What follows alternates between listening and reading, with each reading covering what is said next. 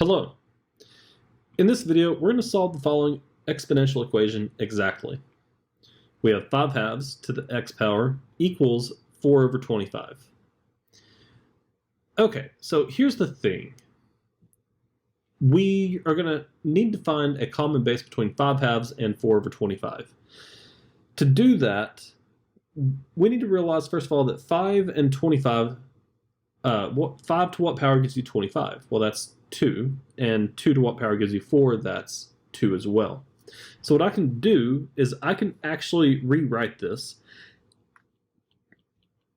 as 5 halves to the x power equals the 4, think of it as 2 squared, and the 25, think of it as 5 squared. Now notice that I can just bring both of these squares into one big square, making this 5 halves all to the x power equals 2/5 all squared. And then notice now that the 5 and 5 are on opposite sides and the 2 and 2 are on opposite sides, so I need to flip this one. So doing so gives me 5 halves to the x power will equal 5 halves to the negative 2 power, because whenever you flip a base, that introduces a negative, or it changes the sign of the exponent. And now we have a 5 halves here and a 5 halves here, which gives me an exponent of negative 2, which is exactly what we wanted.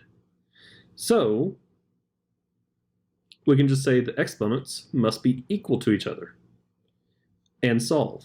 Oh, look, it's already solved. Now, there's a kind of a quicker way of doing this. You can actually use your calculator to do this. So log base 5 halves of 4 over 25. I want to know 4 over 25 is going to become what in order to have a base of 5 halves. In other words, if this is going to become the base, how can I make 4 over 25 to look like that? Okay, so this is going to be what it becomes. And this is the original. And the answer to all this, in this case, would be a negative 2. And the answer to all this is going to be that, and that negative 2 will be the exponent on what we're going to become. So the reason I said all this is because this is telling me that the 4 over 25 right here is going to become the base of 5 halves to this power. So really this is going to give me 5 halves all to the x power equals 5 halves to the negative 2 because of this. This 5 halves goes here, the negative 2 goes there. That's where this can come from. And then just solve it from there. Notice that, of course, that just means that the x is equal to negative 2. Now, the reason that I tell you this is because often you're going to be able to use your calculator to do this. The reason we couldn't do it in the previous video was because log base 16 of 32 is not equal to an integer or even a fraction.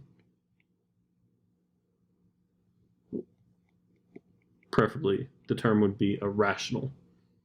So that's the reason I couldn't use that in the previous video. But here, it's perfectly legitimate. Alrighty. Well, I think I'm going to go ahead and end the video here. I will see you in the next one. Have fun.